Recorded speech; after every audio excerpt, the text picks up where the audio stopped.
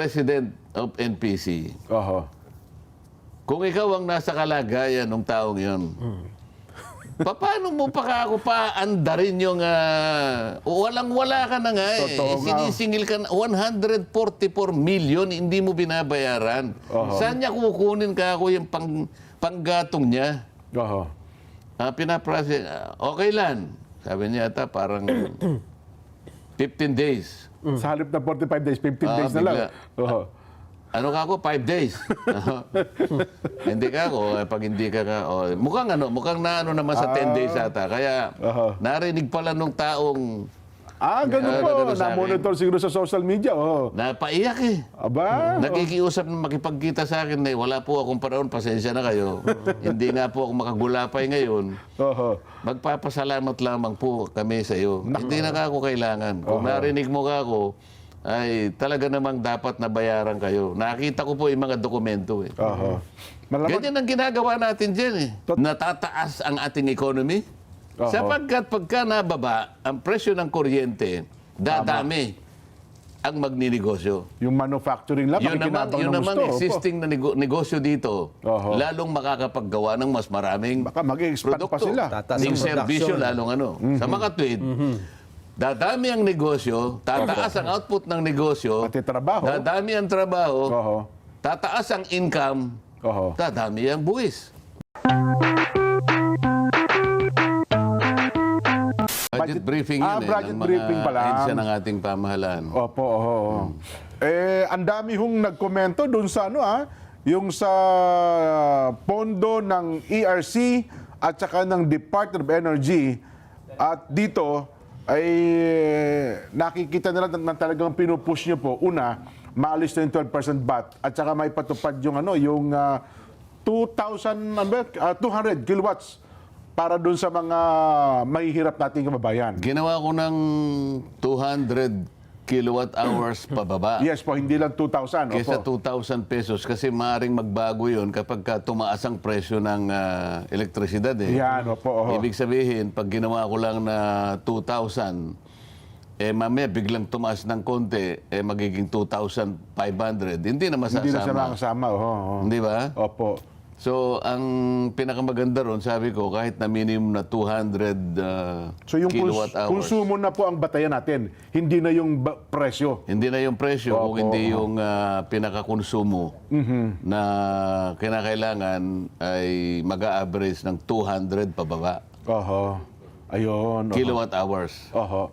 Bakit daw po 200, Sen? Ano ho ang batayan at esensya ng 200 per kilowatt hour? Kasi din ko kinakalculate yung at least 2,000, 2,500 pababa. Ganun po. Oo. Para hindi masyadong magbago. Ang kunin mo na yung minimum na 200 kilowatt hours. Hindi ka mawawala doon ngayon. Ayun. So kung tumaas man, sige 2.5 lang, mga ganun, more or less. Ganun lang ang presyo niya lalaro. Oo, kasi kapag tumaas ng halimbawa, 2,500 ang binayaran niya. Pero sa totoo lang, pareho din naman yung konsumo niya per kilowatt hours. Kaya naging 2,500. Di na siya kasali kasi hanggang 2,000 lang siya, di ba? Oho, oho. Ayun. Kailan pa ba ng ito, Sen, para maipatupad? Sino ang mag-approve? Sino ang Kasi kaya medyo natatagalan. Ang sinasabi ko nga, sinasuggest ko sa leadership. Kasi nasa pangangalaga naman ng Committee ng Energy, hindi naman ako ang chairman dyan, si Senator Pia Cayetano. Opo. Hindi ko alam kung na-organize na yung committee. Wala pang pinatatawag na mga senador na may priority bills, kalimbawa sa kuryente. Opo. Sana man lang kapag tumawag na siya ng pagdinig tungkol sa mga pangunahing bills. Kasi bawat isa sa amin ay nagbigay kami ng hanggang 5 na priority bills. Opo, opo, oho. So yung dalawang bilis sa kuryente na yung kasali doon. So kapag nagpatawag sila ng pagdinig dyan, unang-una nang madidinig yung dalawang legislative measures na may kinalaman sa kuryente. Yung panukala ninyo po. Oho. Una, yung alisin natin yung 12% VAT Opo. sa bentahan ng kuryente. Pangalawa, ay papalitan na natin yung forma ng ayuda imbes na Imbes na mga AX na yan, yung mga tupad na yan, at saka kung ano-ano pa. Sabihin na lang natin kako, yung kumukonsumo ng 200, kaya may connection din sa kuryente. Ayun, oho. Kaya pala. So, maraming naniniwala na baka sakaling maisulong natin yan. Dapat naman talaga eh. Opo. Tsaka Maraming campaign, umaasa. Tsaka campaign promise ito, Sen. Ang dami ho ngayon naghahanap ukol sa bagay na ito. No? At ginagamit, mga gumagamit yan na pabor sa inyo, pero may mga gumagamit din na kontra sa inyo, Sen. Yung punto na yan. No, yun ang mga iba kasi kahit ano naman gawin ko, kontrahin ka eh. Oho. Alam naman nila, bago mo mapasimulan yan, dinggin muna. Yes, opo. Paano didinggin kung hindi pa na-organize yung committee? Oho. Hindi ba? Oho. Ayun, importante po yan. Dapat maunawaan ng ating mga kababayan. Pero dun ho sa pag-alis ng 12% VAT, parang hindi nasagot ng ERC yun, Sen, eh. At saka ni Secretary Sharon Garin, parang blanco eh. Ano ho bang nangyari doon sa pagdinig na yun? Nung tinatanong niyo po? Hindi naman naging issue sa pagdinig yun. Nasabi ko lamang yun dahil nga sa taas ng kuryente kasi, ay hindi na natin, sabi ko, natutugunan yung isa sa pinakalayunin ng batas IPIRA. Oho. Kung maalala ninyo, sabi ko, yung terminong affordable, ibig sabihin, mura, ay palaging nandun. So sabi ko, kanina pa ako nandito, lahat na nagpresenta Opo. ay tungkol lamang sa kakayahan natin na magpundar tayo ng maraming kuryente. Puro pinag-uusapan dito kako yung kung paano natin itataguyod yung pagkakaroon natin ng sapat na kuryente. Opo. Kasi nasa pangunahing layunin din naman yun. Di ba? Oho. To ensure, sabi niya, the quality, reliable, and secure supply of electric power.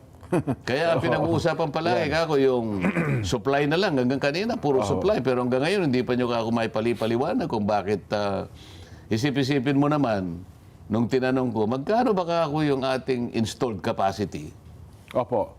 Alam mo ba yung ating installed capacity, Nelson, kung magkano? Ibig sabihin, kapag pinagana mo lahat ang mga power plants sa ating bansa Opo. Opo. na gumagamit ng kung ano-anong mga Anumang klase ng power energy yan, opo, na pinagbumulan nila, oo. kung ano-anong panggatong ang kanilang ginagamit. Merong gumagamit ng coal, may gumagamit ng langis, may gumagamit ng natural gas, merong hydro, di ba? May mga renewables.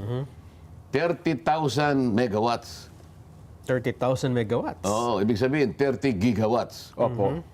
Sabi ko, sa 30,000 na yan, ilan ang dependable? Ayan.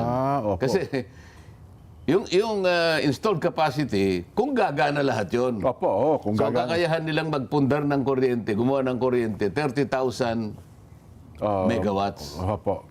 Okay, magkano ba yung... Mula dyan, sabi ko, sa taya na yan, ilan ang dependable? O sabi nila, 27,000 megawatts. So 27 gigawatts. Opo. 27 gigawatts. Opo. Ngayon, o sige kako, ngayong nalaman na natin yung kakayahan nating mag-supply, Aha. magkano naman kako magkano naman yung demand, yung pangangailangan ng ating bansa? Ng consumer. Opo, oo. Sabi niya yung peak load po natin 19,000 Aba, megawatts. di sobra-sobra pala, oh. Sabi ko, kung 19,000 megawatts, peak load na to, sabi ko, Opo. edi meron tayong sobrang 8,000 megawatts. Opo, megawatt. Sobra-sobra pala tayo. Bakit ka ako napakataas ng kuryente? Oo nga naman, ano. Kasi po kanya yung sa 27,000 megawatts, Oho. ang dami pong problema dun eh. Okay. Teka muna, sinabi mo sa akin kako, dependable Oo na nga, yan akala So, ko- ibig mo sabihin kako, we cannot even depend on 27,000 Hindi pala maasahan megawatts. yan. Hindi pala dependable kung gano'n. Kung ano-ano yung pinagsasabi, kasi po ang mga planta natin po, hindi naman po... Hindi Opo, naman tsaka po- hiwa-hiwalay niya, hiwa- kapuluan tayo, gano'n, no? Oo. Talaga naman kako hindi hiwa-hiwalay. Hiwa-hiwalay nga yung kapuluan natin eh. Baka kung, di ba? Opo. Kako pinag-uusapan natin peak load. Oo. Yung pinakamataas. Sa isang araw. Magkano ba yung base load? Sabi ko gano'n, no? Akala nila siguro hindi natin. Oho. Yung base load po ay 12,000 naman pala eh. So kahit nakako yung 19 kahit yung 27,000 megawatts na yan, Opo. gawin na lamang nating 15. Oo. Ibig sabihin yung 8, yung 8,000 hindi talaga dependable kahit Yan. sinasabi mo dependable yan. Opo. May 15 tayong talagang dependable, 12,000 lang ang Base ang load natin. Base load natin. Talagang sobra-sobra. Tama o hindi? Oho. Tama po, pero kasi po, pero ka Meron na pa naman rin pasabali lagi. Oo. Hindi tayo matatapos kung palagi kayong merong sinasabi. oo. Kaya tayo nagtataka hanggang ngayon. Dito lang sabi ko Oho. Arithmetic lang ito Totoo po naman. So, doon ang pagsisimula. Oho. Kaya ang daming issue kako. Oho. Hanggang ngayon kako, hindi ko pa naririnig yung pag-uusap tungkol sa affordability. Dapat abot kaya. Di ba? Abot kaya Kasi ang presyo. kasama doon sa pangunahin yung affordable. Yes po. O isip-isipin mo. Sabi ko, affordable, reasonable, fair, and competitive price of electricity. Oho. Paano ka ako natin pangangatwiranan yun? Ang pinakamabuti ka ako, huwag na kayong kokontra, tanggalin natin ang 12% VAT. Nako. Oho. Tama o hindi? Tama po. Kasi yan ang talagang dapat na gawin para bumaba, para maging affordable. Ay, instant po yan. Pagka inutos kayo, kinabukasan, pwede na agad umepekto yan, Oo, sir. at sabi ng isa, paano po nyo gagawin yun? Siyempre po, kanya yung DOE. Huwag ka ako Department of Finance daw, opo. Bakit ka ako, nakikipagdebate ka ba para sa DOF? Hindi ba DOE ka Oo nga naman. Ba't Hayaan mo ang DOF makipagdebate, hindi ikaw. Oo nga naman. Parang yung sinasaklaw mo yung trabaho Kayo lang ng ang DOF. tinatanong ko, hindi ba tama? Para maging affordable, Oho. tanggalin natin ang 12% VAT. Nako, talagang madadali tayo. Bababa o hindi? Bababa po. Yan, sinasabi ko. Wala ko kontra. Wala po. Ngayon, palagay mo ikaw, DOF ka. Opo. Halimbawa na, sige, andun ang DOF. DOF ka. Opo. Siyempre Bakit? nga naman, mawawalan tayo ng 12%, mawawalan ng kita ang gobyerno, yan sir. ang alam mo nakikita mo lang yung mawawala ka, yung maghihirap ka kung saan mo kukunin, yung 12% VAT, saan mo kukunin. Mga magkano sa estimate niyo yun, sir? Pero hindi mo ka ako, palagay mo na ka ako 100 billion. Malaki-laki din pala. Kunwari lang yan, Halimbawa 100 lang, billion. opo. Pero hindi mo iniisip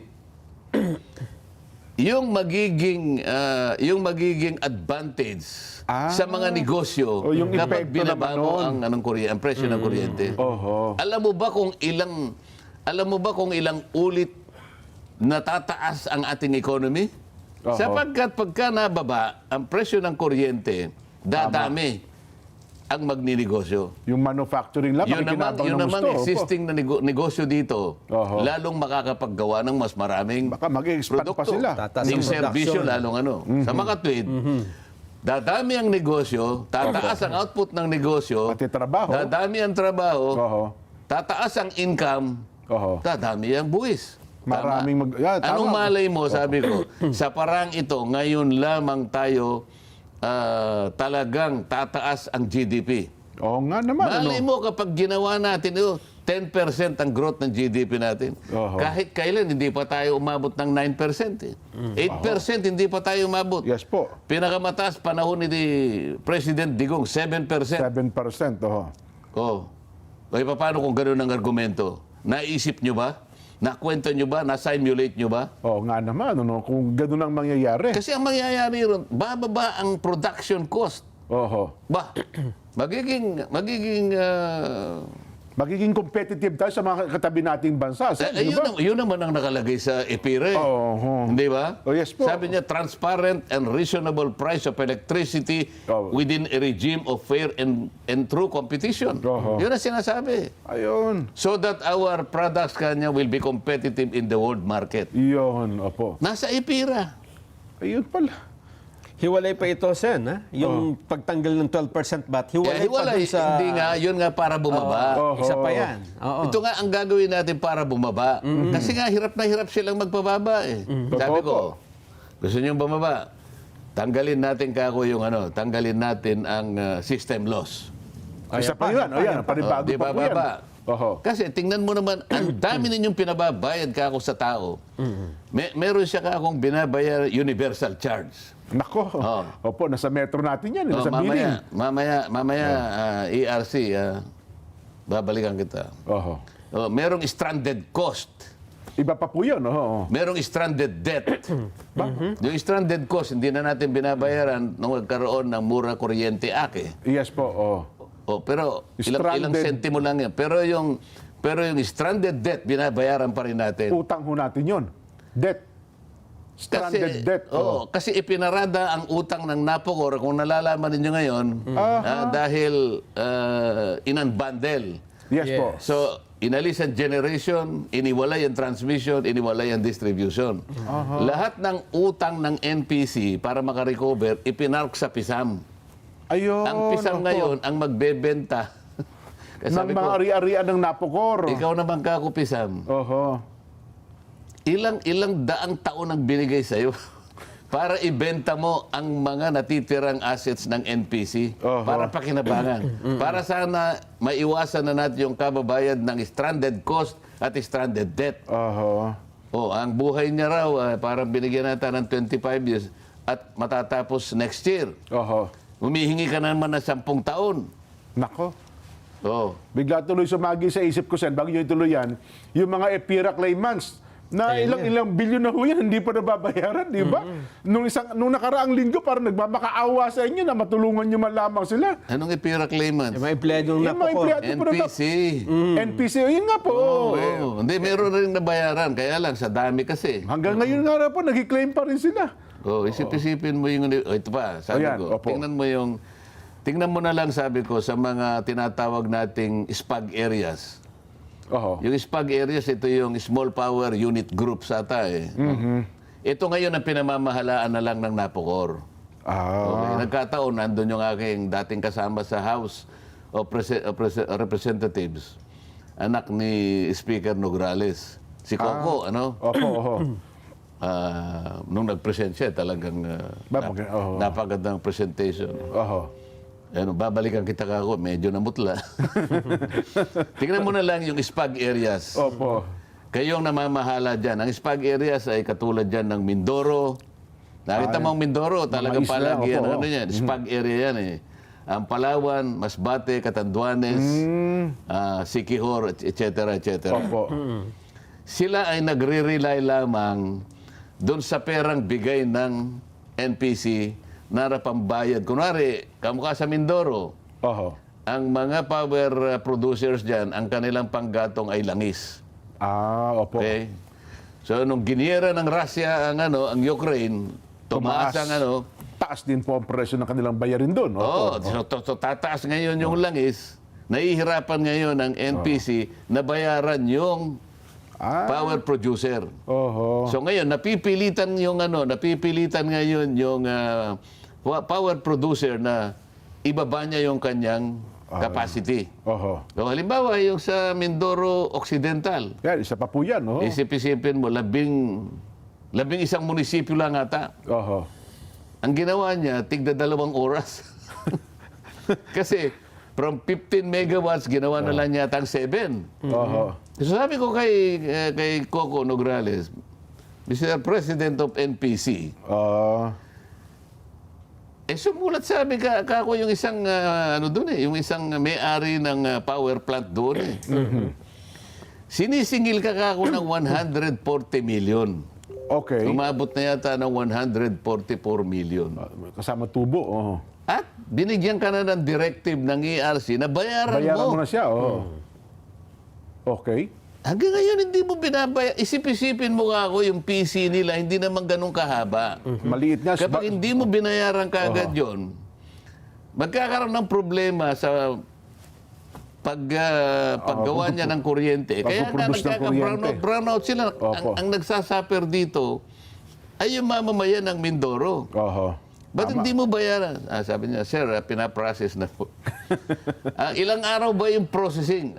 Yung kanil daw, statutory period ng processing, 45 days. Takbo po, napakahaba pala yan. Sabi ko, President of NPC, kung ikaw ang nasa kalagayan ng taong yon, paano mo pa ako paandarin yung walang-wala ka na nga eh. Sinisingil ka na 144 million, hindi mo binabayaran. Saan niya kukunin ka ako yung panggatong niya? Pinaprocess, okay lang. Sabi niya ata parang 15 days. Sa halip na 45 days, 15 Ah, days na lang. bigla. Oo. Ano ka ako? 5 days. Hindi ka ako. Pag hindi ka mukhang naman sa 10 days ata. Kaya narinig pala nung taong Ganun po. nagano sa akin. Na-monitor siguro sa social media. Oo. napaiyak eh. Aba. Nakikiusap na makipagkita sa akin na wala po akong paraon, pasensya na kayo. Hindi nga po ako makagulapay ngayon. Oo. Magpapasalamat lamang po kami sa iyo. Hindi na ka ako kailangan. Kung narinig mo ka ako, ay talaga namang dapat nabayaran kayo. Nakita ko po yung mga dokumento eh. Oo. Malamang, Ganyan ang ginagawa natin dyan eh. totoo po, kung paano makatutulong yung mga yan. Kami ho ang maging representanyo ni Nelson para makita namin kung talagang gumana at nagkabayaran talaga. Kasi kung hindi, wala hong sasaksi dyan, Sen. O sige, di pumunta kayo. Taksihan ninyo yung pagbabayad sa kanila. Kung nagkakuryente. Oo, nagkakuryente talaga. Tsaka yung bunker fuel nila, medyo, di ba? Tsaka para makita ninyo kung paano nakangiti ang mga tao. Ayan, na yan, oo. Sufficiente na yung kanilang... Mula doon sa 2 oras na kuryente. schedule nila, naging Oo. siguro kalahating araw. Ano yata yun? Ormeco yata yun. Yun. Tatango-tango dyan sila Ma'am Joan Enriquez. Yung May ating... Omeco, may Ormeco, may ganyan. Yan, Kasi opo, oo. parehong Mindoro eh. Opo, yung Oriental at Occidental yan, Sen, ano?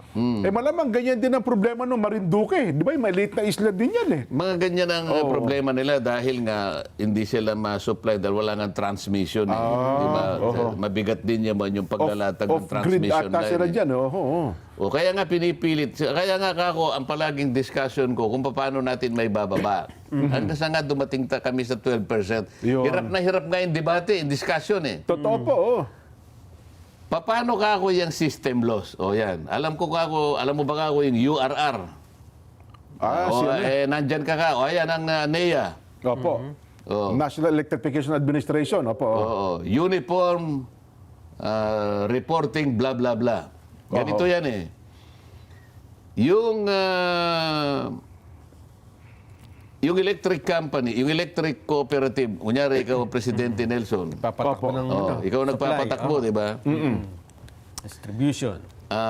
Bumili ka kay Jen. Si Jen ang supplier. Eh. Opo. Ito yung binenta mo sa... ano ba ngayon? Oktubre ba ngayon? Oktubre. Opo, Oktubre pa. Patapos na pa Oktubre na yun. Nagbenta ka last month, September. Doon sa libro mo, ang ibinenta mo sa mga nasasakupan mo, Sa mga bahay-bahay. worth 10 million pesos of electricity. Okay. Okay, opo. Kasi yun ang binayaran mo kay Jen eh. Si Jen, binil ka niya, binayaran mo si Jen 10,000 worth of electricity. Opo. Okay. Ngayon, nung kolektahin mo doon sa Sa Mga bahay. consumer. sa consumer, 8 million lang ang nakuha mo. Ako, di abunado. Abonado ng 2 million. Yung 2 million, yun ang system loss. Ayun. Ngayon, ang sabi nila, yung po kasing mga iba, may nagnanakaw ng kuryente. kung Yung ano isa naman. po, nagkamali ng basa ng ganito. Nagkamali po yung ng accountant. Marami. May Opo, opo. technical, merong non-technical system loss. Paano ngayon yun? Kaya ka ako tumataas yung pababayad nyo sa kanya, Oo naman. yung 2 million, hati-hati sila doon. Kaya Lahat ng tataas consumer na naman na yan. yung bill mo eh. Opo, oo. Because of that system loss. Baka naman ang nangyari, sabi ko, yung collector mo nangungupit. Posible Di ba? din po mangyari yan. Opo. Pwede. O Oo. kaya yung kuryente mo naman, substandard na makukawad Yung mo mga kasi. kawad, oo. Kaya, sumasagit-sit yung kuryente. May singaw nawawala. daw yung kuryente. May singaw daw po yan, di ba? Oo, may Oo. sumisingaw eh. Yan, oo. Parang yelo, natutunaw siya. Ayun po, sabi nila eh. Ay, mga metro, substandard. So sa Hindi dami ng umiikot. pag-uusap, kasi sir, sabi niya, kapag inalis po ninyo yung system loss, pati po yung service, So Apektado. there is a balancing, sabi niya. Alam mo dyan tayo hirap yung balancing na yan eh. Opo. Paano tayo pupunta sa balancing? Sinabi na ng Korte Suprema, sabi ko. Korte Suprema na nagsabi, Opo, ho. directed to the distribution utilities. Ang distribution utilities, yung Meralco, Yes po. yung mga electric cooperatives. Any expense charged to the consumer, sabi niya, by the electric cooperative or distribution utility, which did not inure to her benefit or to his benefit, is unjustified and inequitable. O sa mga ninakaw yung kuryente, pinasa mo sa kanya, Hindi pa din. yung bang pagnanakaw ng kuryente, na inure sa benefit nung... Ay, hindi po. Oho. O yan ang sinasabi.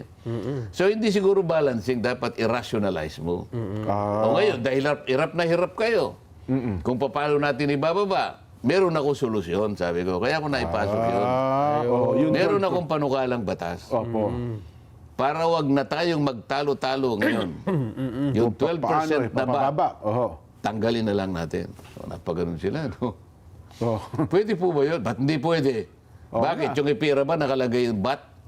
Oo nga po. Kasi ang tanong na natanda ko tanong yun, sino ba nakaisip niyang bat na yan? Ba't ba nagkaroon ng bat ng kuryente? Yung si Puente Bella, yung taga Bicol. Namatay na yun, kaibigan ko yun eh. Monica ho ba yan? O ibang po? Hindi, ibang yung Monico Puente Bella. Ay, Bacolod pala yun. Opo. Ibang Puente Bella pala ito. Letter P naman ng nun, yung Puente Bella. Yung isa F. Puente Oho. Bella. Ayun. Puente Bella ng Bicol pala ito. Oh. Sa DOE rin. Oho. Oh. Sila mismo naglagay. Ayun. Ay, Ang naglagay, DOF para nga makakolekta. makakolekta tayo ng buwis. Kasi nga, inamend nila yung ipira, una 6% lang yun eh. Oho. Tapos inamend na naman nila, dinagdagan nila Hindi naman another 6%. 12%. So ang nangyari, imbes na affordable, costly, Oho. exorbitant. Diba? Sobrang tubo. Ano, ha? Pero anong chance, Sen? Kung yung ano yan, yung para ho ay maalis yung 12% bat na yan. Kailangan nga lang, umpisahan na naming dinggin. Kaya nga sabi ko, pakikausapin na ninyo ako si Senator Pia na i-organize na yan.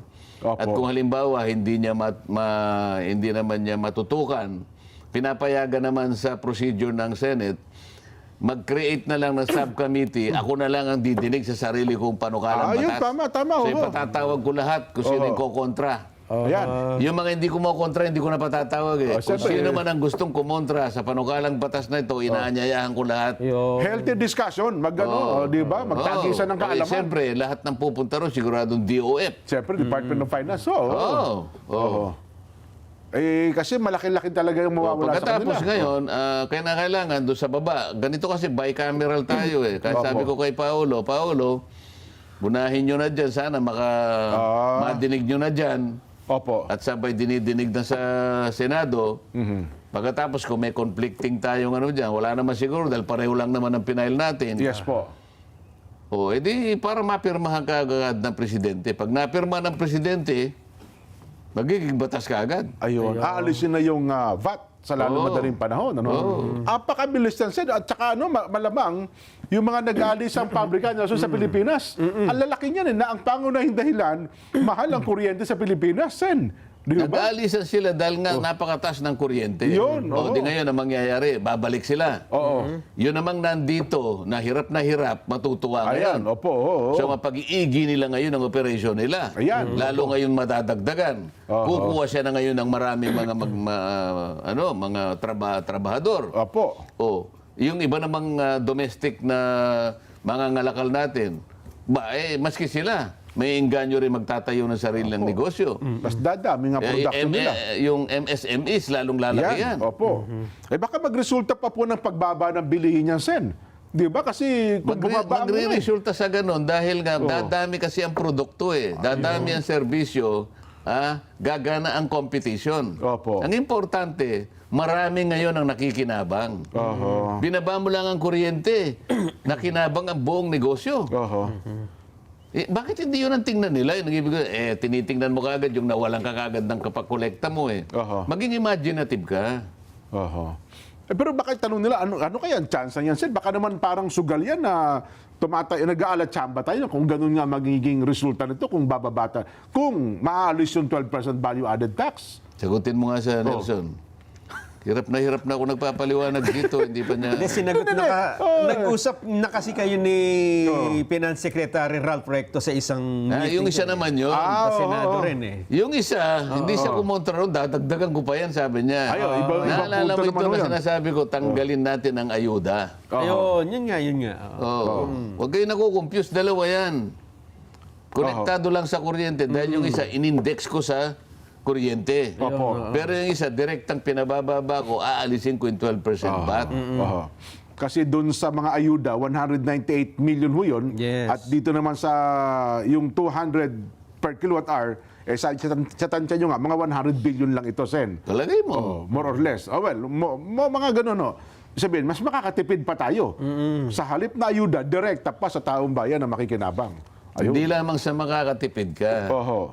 Lalong lalago ang negosyo. Pag lumago ang negosyo, nakikita mo naman yan, beneficial ripple effects ang tawag dyan eh. Oho. Imaginein mo na lamang na mula sa 100 na negosyante na malungkot, Opo. biglang naging 1,000 ang natuwa. Oho. Doon lamang makikita mo yung paglaki. Ngayon, kapag dumami yung negosyo, dumami yung manggagawa, tataas ang income. Bawat isang manggagawa, sabi nga nila, tataas yung personal disposable income. Oho. Pag tumaas yun, marami siyang mabibili. Pag Oho. maraming bibili, marami ngayong magpupundar. Tama. Pag maraming negosyo, maraming tax ang makukolekta. Oho. Magkakasunod na yun eh, dikit-dikit na yun eh. Mababawi mo rin yung nawala doon sa bat Kaya mo. nga sabi ko sa'yo, nawalan ka ng 10, kumita ka ng 1 milyon.